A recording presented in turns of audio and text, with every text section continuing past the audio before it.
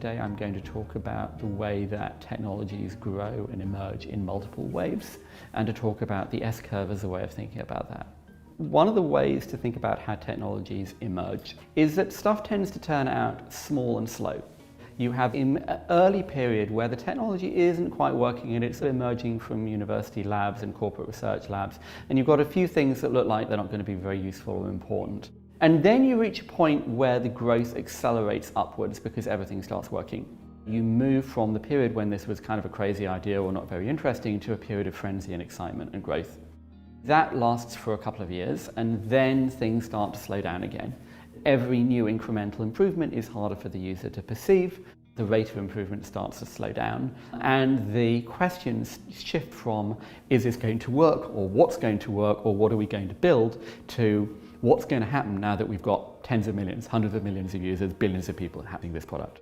In technology, this tends to run on like a 5, 10, 20-year cycle.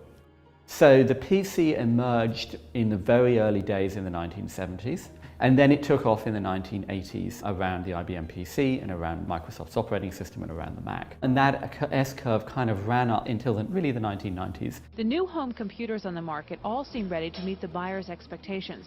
And DataQuest predicts that some $10 billion worth of home computers will be sold this year.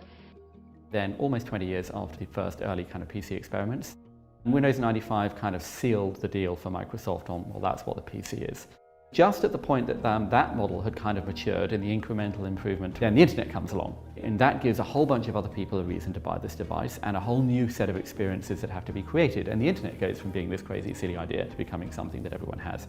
And so the internet, again, has an S-curve from the early 90s through until the late 1990s, where you get the frenzy and the bubble. And then the growth slowed down as we got to kind of 2003, 4, 5, 6. Most of the stuff that you could do had been kind of explored and worked out and matured, and you were building on top of a platform rather than creating a platform.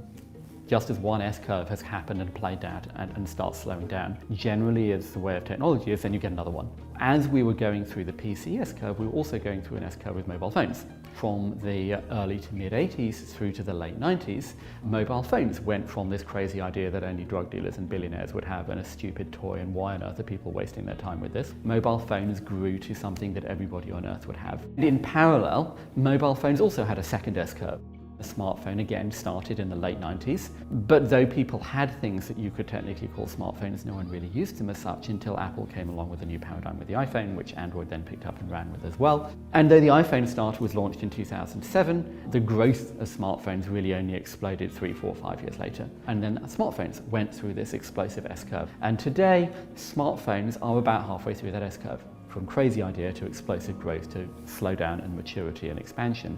And the question is, what can you build on top of that? And as we now look at smartphones becoming this universal product, really the first time everybody on earth is going to have a computer, again, we start thinking, well, what's the next S-curve? Machine learning has gone from the crazy idea to now the thing that everyone is talking about. Augmented reality, again, is emerging from a crazy idea to something that everybody is talking about. Those things in turn have pretty strong potential to go from the crazy idea to the explosive growth to the things that everyone just takes for granted. And then we'll start thinking about the next S-curve beyond that.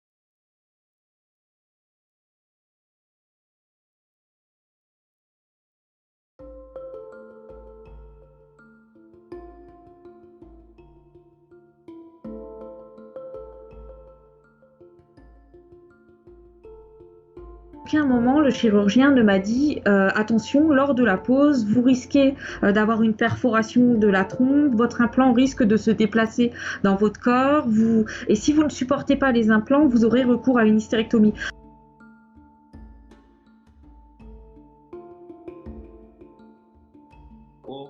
어떤 큰 운동을 한다거나 일상생활 무엇을 무거운 걸 든다거나 아기를 품는다거나 이렇게 동작을 할 때마다 많은 제약을 지금 가지고 있습니다.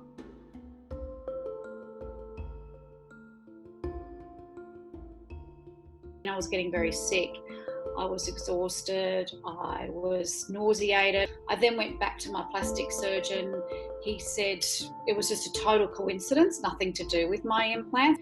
And then finally I work in a doctor's surgery. They said, go and see this lady. And she actually drained the fluid and she tested it. And that's when she said I had anaplastic large cell lymphoma. I didn't even think that even existed, didn't even know what it was.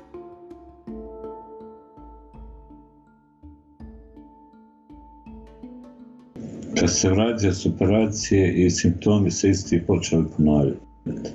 I onda sam skonto da mi apsolutno nije potreban onaj aparat.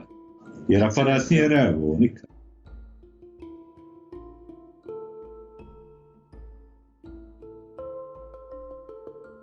I had to remove my 3 dentures. I can't hear from my right ear. I have a myalgia problem. I happened to call up my surgeon who operated me with my faulty hip implant.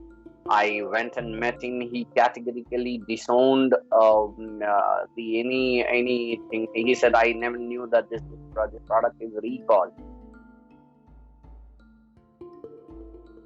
On se fait retirer des utérus à la pelle à cause d'un dispositif qui n'a pas été suffisamment testé, qui n'est pas du tout sécuritaire. I'm living in absolute compromised life. There are many patients in India, those who even don't know that their metal implant is causing them some sort of a problem. They are suffering because of the metal implant and the high level of toxicity.